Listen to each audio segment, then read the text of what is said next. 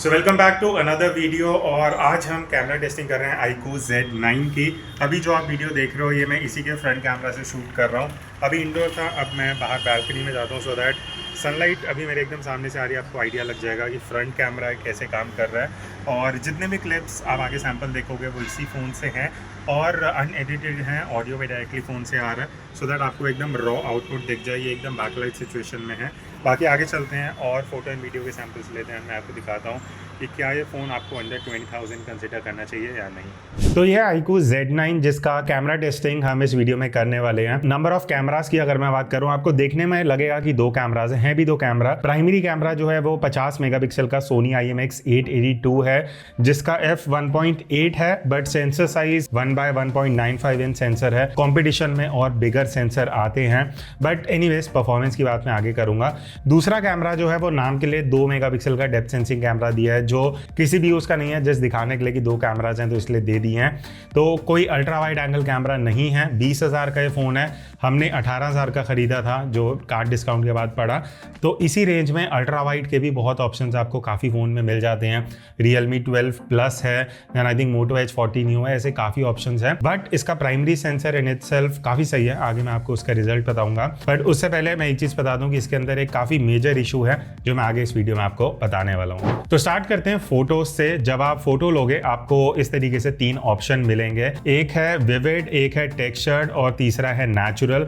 तो हमने जितने भी सैंपल आके लिए हैं वो नेचुरल में लिए हैं बिकॉज मुझे था कि आपको जो नेचुरल मोड में आउटपुट है वो दिख जाए। बट ऑप्शन के लिए मैं आपको तीनों के आउटपुट दिखा दूंगा सो दैट आपको आइडिया लग जाए। विविड में थोड़े सैचुरेटेड कलर्स आते हैं, टेक्सचर में थोड़ा शार्पनिंग बेटर होकर निकलती है और नेचुरल में आपको ऐसा आउटपुट मिलता है कि एडिटिंग में आप अपने हिसाब से कलर्स और डिटेल निकाल सकते हो। अब अगर मैं आउटपुट की बात करूं तो ऑल ओवर मुझे फोटोज में काफी बढ़िया आउटपुट लगा। तो सबसे पहले अगर मैं बात करूं डायनामिक रेंज की, तो मुझे आउटपुट काफी सही लगा। डायनामिक रेंज काफी अच्छी है, शैडोज हाइलाइट्स दोनों में ये काफी अच्छे से इंफॉर्मेशन रिकॉर्ड कर लेता है। तो अगर आप आउटडोर शूट कर रहे हो या भले इंडोर भी शूट कर रहे हो, जो शैडो एरियाज में डिटेल है काफ़ी अच्छे से निकालता है। कई फोन्स में क्या होता है, कॉन्ट्रास्ट बढ़ जाता है जिस वजह से आपके डार्क एरियाज और डार्क हो जाते हैं।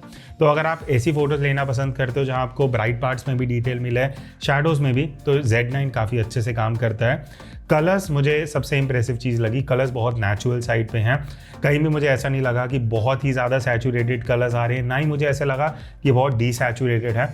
तो जैसे आप नॉर्मली कलर्स देखते हो अपनी आंखों से, क्लोज टू दैट ये कैप्चर कर लेता है। अब जैसे आप यहाँ सैंपल्स में देखोगे काफ़ी ज़्यादा स्काई विजिबल है बहुत फोटोज़ में, तो ये चीज़ मुझे अच्छी लगी। ये जो स्काई में डिटेल कैप्चर करता है, तो iQOO Z9 स्पेशली अगर आप आउटडोर ज़्यादा शूट करने वाले हैं तो आपको काफ़ी बढ़िया और नेचुरल लुकिंग फोटोज़ देगा। स्काई में जैसे कलर्स और डिटेल आपको दिख रहे हैं, क्लोज टू दैट ये कैप्चर करने का ट्राई करता है। मुझे कहीं भी ऐसा नहीं लगा कि ओवर शार्पनिंग अप्लाई हो रही है, बिकॉज इस प्राइस रेंज में ना बहुत से फोन्स क्या करते हैं, फोटोज़ को ओवर शार्पन कर देते हैं ताकि लोगों को देखने में लगे हाँ भाई शार्पनेस बढ़िया है। कई सिचुएशन में वो खराब हो जाता है, बट Z9 ने काफ़ी अच्छे से कंट्रोल करा है। शार्पनेस जितनी नॉर्मल होनी चाहिए उतनी आपको मिल जाती है। बस एक दिक्कत मुझे इसमें लगी, वो है मेजेंटा टिंट। जब ब्राइट लाइट आती है ना, सनलाइट में अगर आप शूट करोगे तो बहुत सिचुएशन में ऐसा हो रहा था कि फोटोज़ बहुत ज़्यादा वॉर्म या मेजेंटा साइड पे जा रही थी। स्पेशली अगर आप ह्यूमन सब्जेक्ट्स की फ़ोटो लेने वाले हो, वहाँ पे स्किन टोन कई सिचुएशन में ऐसा हुआ जब सनलाइट डायरेक्टली सब्जेक्ट के ऊपर आ रही थी तो मेजेंटा साइड पे स्किन टोन जा रही थी, तो वो देखने में मुझे उतना बढ़िया आउटपुट नहीं लगा।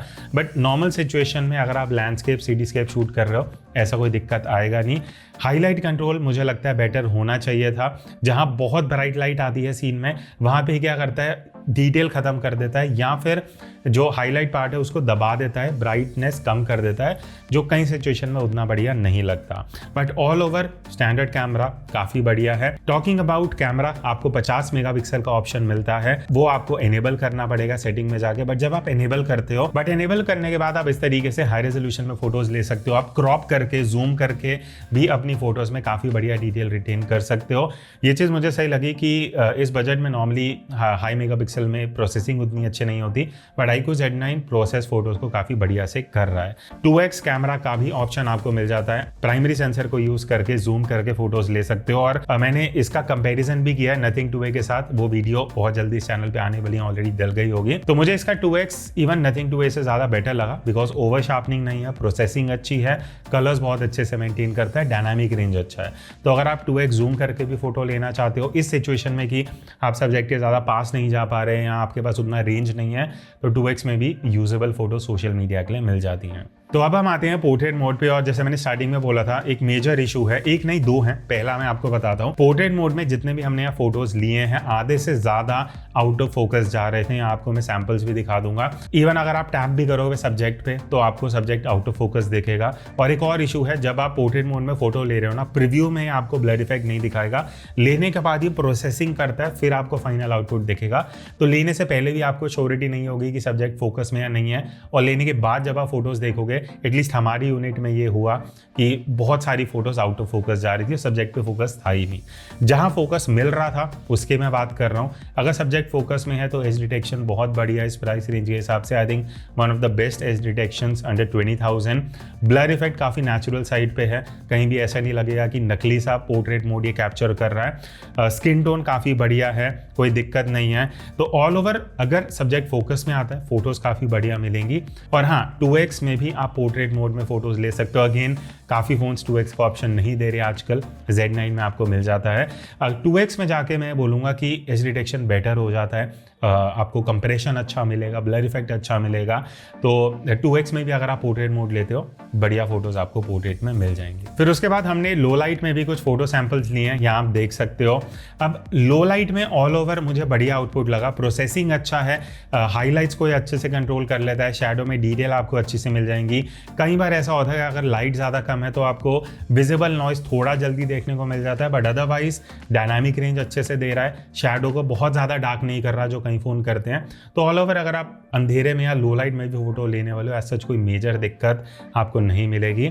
लास्ट चीज़ फोटो में सेल्फीज़ की बात करते हैं, तो सेल्फी की आप सैंपल देख सकते हो। मैंने स्टूडियो के आसपास ही यहाँ पे कुछ फोटोज़ लिए हैं, मुझे ऑल ओवर काफ़ी बढ़िया लगा। सबसे पहली चीज़ स्किन टोन काफ़ी नेचुरल है, थोड़ी सी स्मूथनिंग होती है, बट आई थिंक कई लोग इस प्राइस रेंज में वही एक्सपेक्ट करते हैं, स्पेशली जब आप सेल्फी ले रहे हो। अदरवाइज ऐसा कोई दिक्कत नहीं है, तो आपको बढ़िया डायनामिक रेंज मिल जाएगा। पोर्ट्रेट मोड में सेल्फी मुझे काफ़ी बढ़िया लगी, एज डिटेक्शन बहुत अच्छा है, स्पेशली इस प्राइस रेंज में के हिसाब से मुझे selfie all over including portrait mode काफ़ी सही लगी। तो अगर आप भी अपने मोबाइल कैमरा को यूज़ करके कुछ इस तरीके की प्रोफेशनल फोटोज लेना चाहते हो, मैं आपको हेल्प कर सकता हूँ, बिकॉज मैंने एक मोबाइल फोटोग्राफी कोर्स डिज़ाइन करा है जो पिछले मैंने 12 सालों में जितना भी सीखा अबाउट फोटोग्राफी वो इस कोर्स में मैंने शेयर किया है। तो इस कोर्स में टोटल 19 वीडियोस हैं और ये 4 घंटे का कोर्स है, जहां आपको कंपोजिशन, लाइटिंग, फ्रेमिंग टिप्स की, कैसे आपको कैमरा की सेटिंग्स यूज करनी है शार्प और क्लियर फोटोज लेने में, और कैसे आप डिफरेंट सिचुएशन में, चाहे वो ट्रैवल फोटोग्राफी हो, पोर्ट्रेट, लो लाइट, लैंडस्केप, हर एक सिचुएशन की जो टिप्स है वो मैंने इस कोर्स में शेयर की हैं। और टुवर्ड्स द एंड आपको ये सीखने को मिलेगा कि फोटोज को कैसे एडिट करना है, और जब आप इंस्टाग्राम पे अपलोड करते हो तो एज अ इन्फ्लुएंसर या कंटेंट क्रिएटर आपको क्या क्या चीजें ध्यान रखनी चाहिए। फिर चाहे आप एंड्रॉइड से फोटोज लेते हो या आईफोन से, ये जो कोर्स है ये दोनों यूजर्स के लिए है। और ये जो कोर्स है स्पेशली बिगिनर फोटोग्राफर्स के लिए डिजाइंड है। तो अगर आपको कुछ आइडिया नहीं है कि कैमरा सेटिंग्स कैसे यूज करनी है, फोटोग्राफी क्या होता है, मैं A to Z सारा फंडामेंटल्स और टेक्निकल एस्पेक्ट्स क्लियर करने वाला हूँ। सो जॉइन दिस कोर्स और मेरे साथ इस जर्नी में आओ, जहाँ पे मैं आपको फोटोग्राफी के बारे में डिटेल में बताने वाला हूँ कि कैसे आप किसी भी फ़ोन से बढ़िया फोटोज़ ले सकते हो। तो अब हम बात करते हैं वीडियो की, और सबसे पहले मैं एक मेजर इशू की बात करता हूँ जो हमने फेस करा वीडियो बनाते हुए, वो था फोकस की दिक्कत। एक सिनेरियो क्या था, जब हम इस तरीके से आगे गार्डन में या कहीं भी फोकस कर रहे थे तब बढ़िया वीडियो आ रही थी, कोई दिक्कत नहीं थी। जैसे ही हम स्काई की तरफ कैमरा लेके जाते हैं तो वहाँ पे आउट ऑफ फोकस हो जाता है, वापस जब नीचे लेके आते हैं तो कैमरा फोकस वापस लेके आता है। ये दिक्कत नॉर्मली हमने पिछले 1-2 साल में किसी फ़ोन में नहीं देखा, Z9 में है। अब मुझे नहीं पता अपडेट से बेटर होता या नहीं होता, बट ये काफ़ी मेजर इशू है जो iQOO को देखना चाहिए। दूसरा इशू, जब हम वॉक करते हुए 4K में वीडियो शूट कर रहे थे, आप ध्यान से देखना बैकग्राउंड की तरफ शेड तो हो रहा है, जिटर जब आ रहा है स्टेबलाइजेशन में, फोकस भी आउट जा रहा है, कभी आउट कभी इन, कभी आउट कभी इन, और ये एक बहुत मेजर दिक्कत है, स्पेशली जब आप 4K में वीडियो चलते हुए बनाने वाले हो। तो ये 2 मेजर इश्यूज है वीडियो में। इसके अलावा मैं बात करता हूँ 4K 30 FPS में आप वीडियो शूट कर सकते हो, 1080p 60 FPS तक भी ये वीडियो शूट कर सकता है। स्टेबलाइज्ड वीडियो अगर आपको लेनी है तो 4K 30 और 1080p 30 में मिलेगा, 1080p 60 में जब आप जाते हो तो आपको स्टेबलाइजेशन नहीं मिलेगा। एंड ऑब्वियसली अल्ट्रा वाइड का कैमरा नहीं है तो अल्ट्रा वाइड में वीडियो शूट नहीं कर सकते।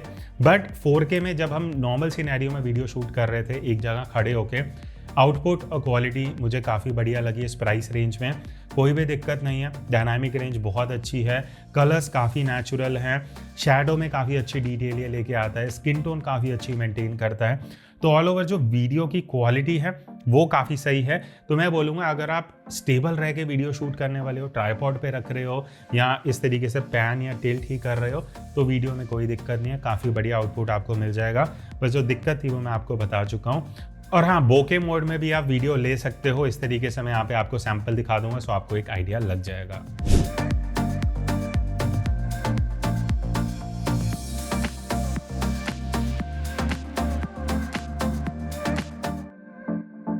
लास्ट में अगर मैं लो लाइट परफॉर्मेंस की बात करूं तो ऑल ओवर मुझे लो लाइट में वीडियो क्वालिटी काफ़ी सही लगा इस प्राइस रेंज में। लो लाइट मेंटेन अच्छे से करता है, शैडो में अच्छी डिटेल निकाल देता है, नॉइस उतना इजीली नहीं आता वीडियो में, और मेन चीज़ है हाईलाइट को काफ़ी अच्छे से कंट्रोल करता है। तो अगर आप शाम या इंडोर भी शूट कर रहे हो, ऐसा कोई दिक्कत आपको वीडियो में नहीं आएगा। बस मुझे लगता है कि कई सिचुएशन में जब बहुत अंधेरा हो जाता है, शैडो में जो डिटेल है वो थोड़ी बेटर निकाल सकता था, अदरवाइज काफ़ी बढ़िया काम कर रहा है। तो ये था iQOO Z9 का कैमरा टेस्टिंग, जहाँ आपने काफ़ी सैम्पल्स देखे होंगे।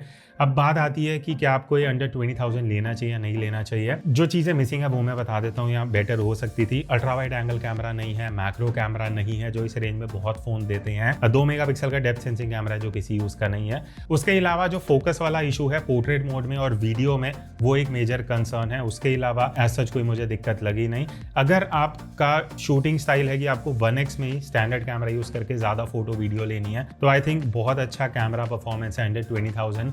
कलर्स काफ़ी नेचुरल साइड पे आते हैं, वीडियो स्टेबलाइजेशन आपको अच्छा मिल जाता है, लो लाइट परफॉर्मेंस अच्छा है, पोर्ट्रेट मोड बहुत बढ़िया है। तो आपको कैसा आउटपुट लगा इसका, do comment and let me know. और इसके कंपैरिजन आ रहे हैं इस चैनल पे, so stay tuned. I will see you in the next video. तब तक take care and keep playing.